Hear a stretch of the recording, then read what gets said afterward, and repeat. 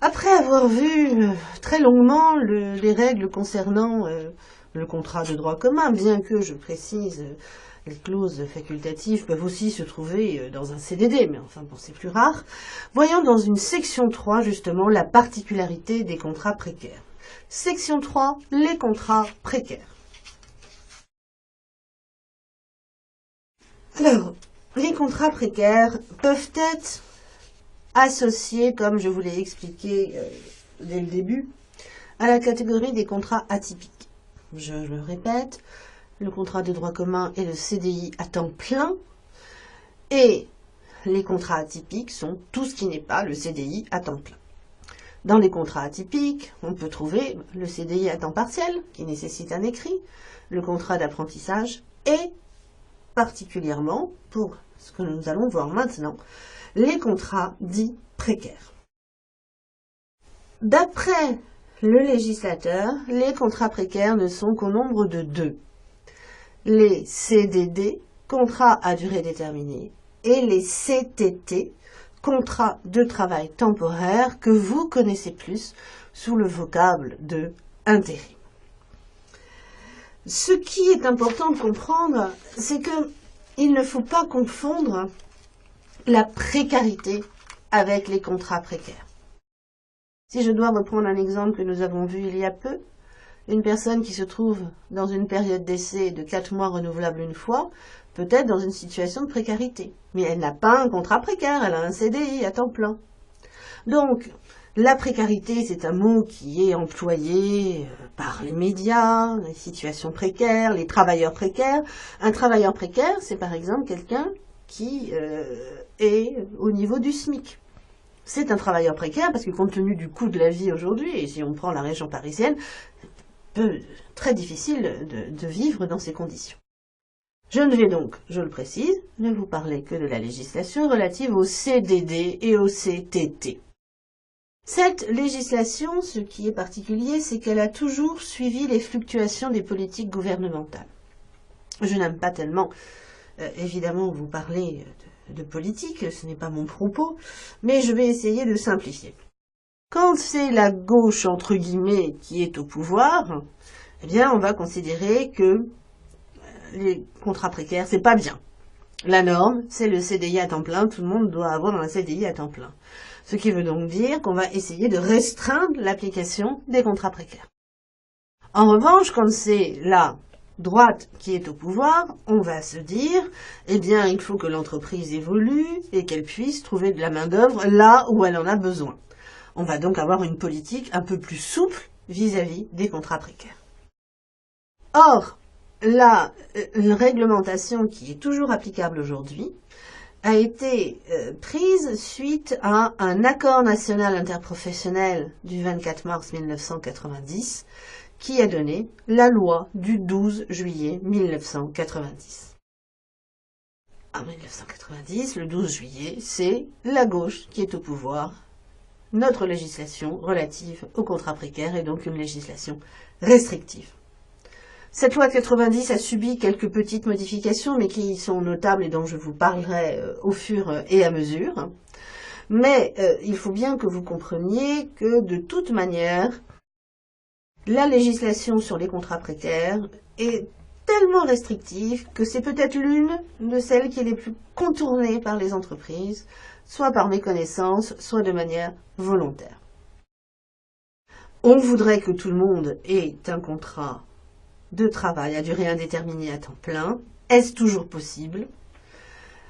On ne sait pas, évidemment, ce que l'avenir nous réserve. Mais en tout cas, à l'heure actuelle, je pense que quand on a des difficultés de trouver un emploi, les gens ne vont pas rechigner à prendre un CDD plutôt que de n'avoir rien du tout.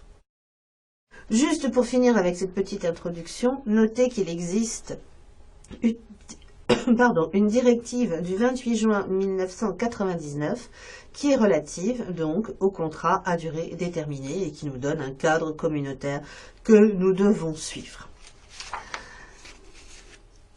Nous allons voir dans un premier temps quelles sont les conditions communes au CDD et au CTT. Et puis dans un deuxième temps, nous nous attacherons plus spécialement à dégager les spécificités des CTT, contrats de travail temporaire. Grand 1. Les conditions communes aux contrats de travail précaires. En effet, la loi du 12 juin 1990 a posé des conditions de validité identiques pour les CDD et les CTT. La loi fait du contrat à durée indéterminée à temps plein le modèle de droit commun, ce qui veut dire que l'emploi précaire ne peut avoir pour objet de pourvoir durablement un emploi lié à l'activité normale et permanente de l'entreprise. C'est ce que l'on trouve à l'article L 1242-1 pour les CDD et L 1251-5 pour les CTT. Il ne peut, le contrat, être conclu que pour l'exécution d'une tâche précise et temporaire et seulement dans les cas énumérés par la loi. Voilà, le schéma de départ est simple. Le CDI à temps plein, c'est la norme. Le reste, eh bien, il faut s'en servir avec parcimonie. Je vais voir dans une série de points, de A à F, pour tout vous dire, quelles sont donc ces différentes conditions communes au contrat précaire. Grand A, tout d'abord, les interdictions de recours. En effet, les interdictions de recours sont énumérées par le Code du travail. Elles sont de 3 sortes. Tout d'abord, on ne peut recourir à un contrat précaire pour le remplacement d'un salarié dont le contrat a été suspendu suite à un conflit collectif. C'est un point impératif. Le droit de grève est un droit constitutionnel. Si on peut, lors d'une grève, remplacer les salariés grévistes par des contrats temporaires, par exemple, par des intérimaires, on fait échec au droit de grève. C'est donc la première interdiction absolue. La deuxième interdiction concerne l'accomplissement de travaux dangereux.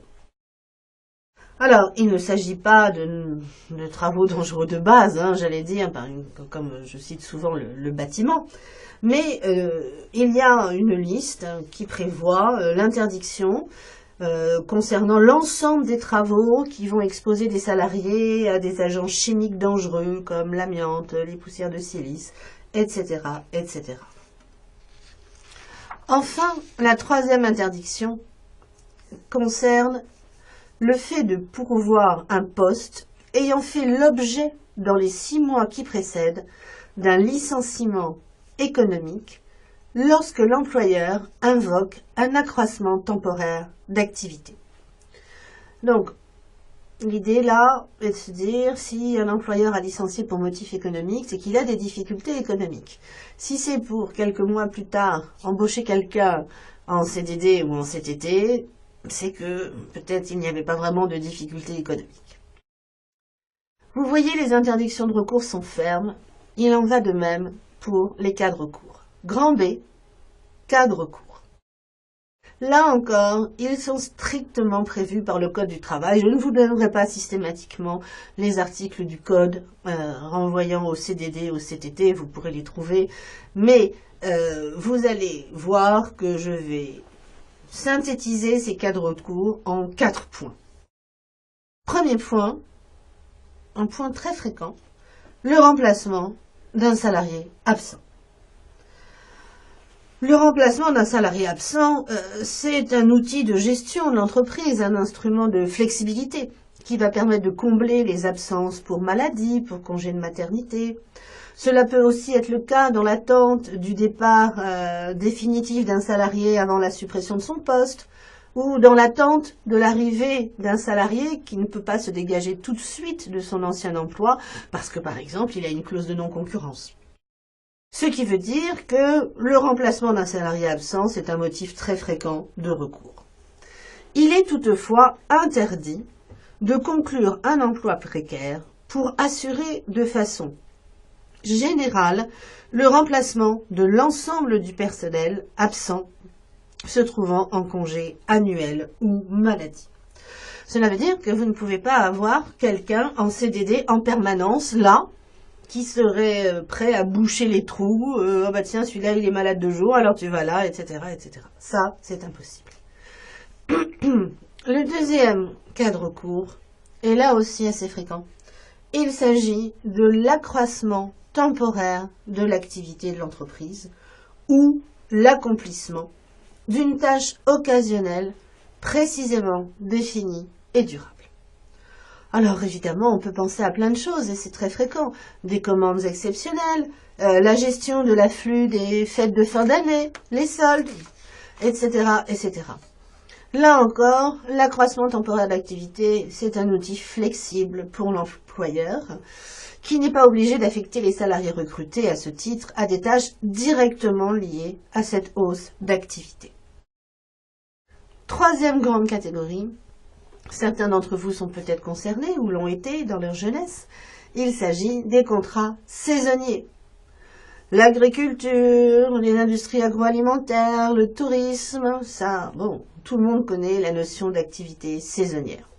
La Cour de cassation l'a pourtant précisé en disant tout simplement que le caractère saisonnier d'un emploi concerne les tâches normalement appelées à se répéter chaque année à des dates à peu près fixes en fonction du rythme des saisons ou des modes de vie collectifs. Alors, souvent, les contrats saisonniers vont comporter des clauses de reconduction pour la saison suivante. Les vendanges vont commencer, et bien souvent, les personnes qui font les vendanges reviennent d'une année à l'autre, c'est prévu dans leur contrat ou dans la convention collective. Alors souvent, ils ont des priorités d'emploi, mais pourtant, l'une des particularités du contrat saisonnier, c'est que le travailleur n'a pas droit à l'indemnité de précarité. D'où la tendance parfois de certains employeurs à essayer de transformer un CDD normal en CDD saisonnier pour ne pas avoir versé cette fameuse indemnité dont nous reparlerons. Enfin, dernière grande catégorie, ce sont les emplois d'usage. Dans certains secteurs d'activité peuvent être conclus des CDD ou des CTT quand il est d'usage constant de ne pas recourir au CDI en raison de la nature de l'activité exercée et du caractère par nature temporaire de l'emploi.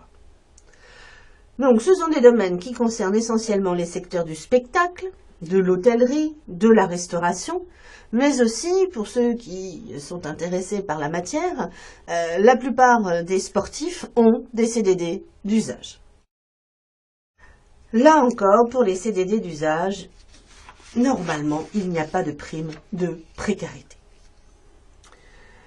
Vous voyez qu'on ne peut pas recourir à des travailleurs précaires pour n'importe quel motif, à n'importe quel moment. Mais ce ne sont pas les seuls points restrictifs prévus par la loi. Des conditions de forme sont exigées également. Grand C, la forme des contrats précaires.